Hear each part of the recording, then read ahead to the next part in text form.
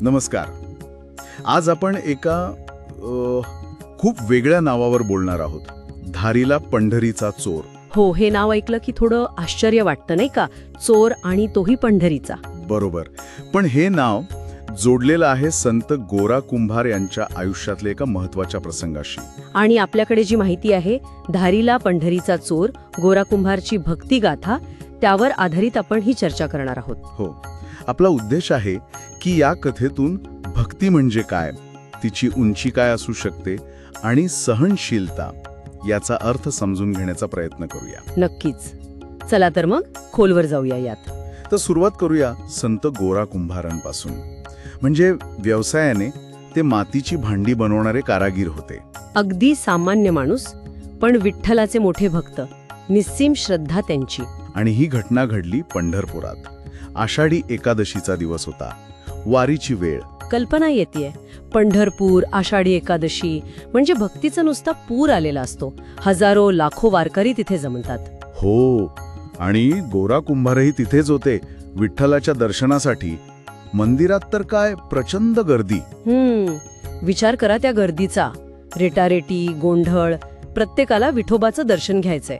आणि ह्याच कल्लोळात, याच रेटारेटीत एका जरा श्रीमंत माणसाची सोन्याची अंगठी हरवते किंवा चोरीला जाते. आणि मग काय? लगेच आरडाओरडा, चोर चोर आला, पकडा त्याला.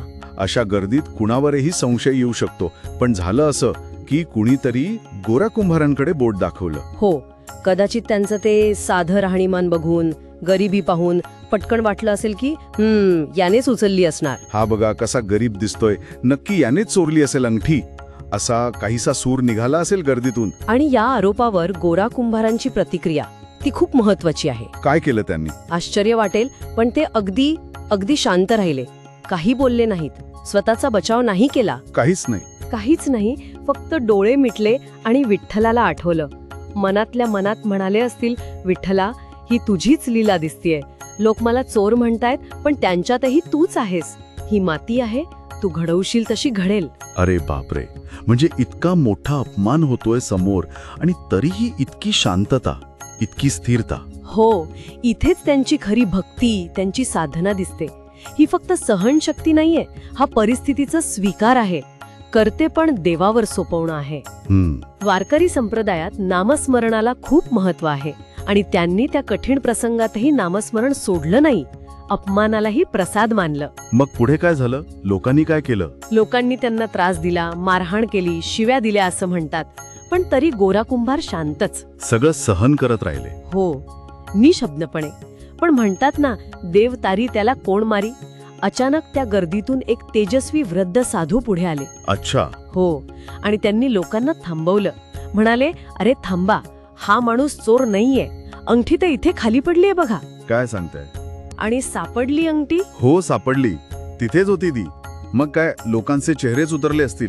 ज्याला चोर म्हणून मारलं तो तर निरपराध निघाला.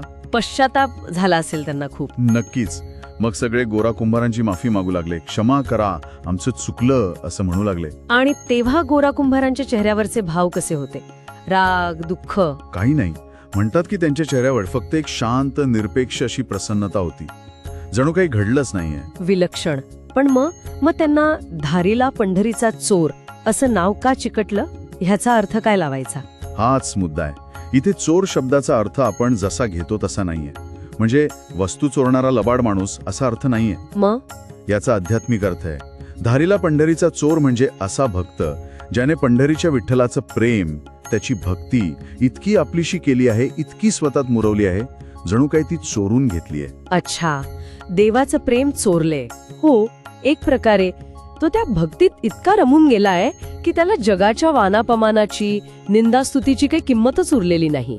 त्याने आपलं मी पण विठ्ठलाला देऊन टाकलंय. म्हणजे ज्याने विठ्ठलाचंच प्रेम चोरलं त्याला बाकी कशाची पर्वा. काय सुरेख अर्थ आहे हा. अगदी. ही कथा आपल्याला सहनशीलता, क्षमाशीलता तर शिकवतेच, पण भक्तीची एक वेगळीच पातळी दाखवते.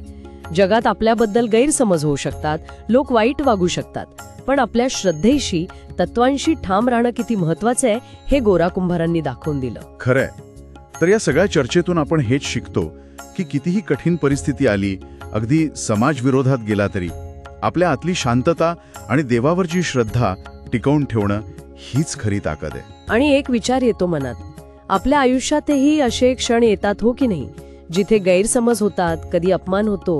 हो, येतातच. अशा वेळी आपण लगेच प्रतिक्रिया देतो.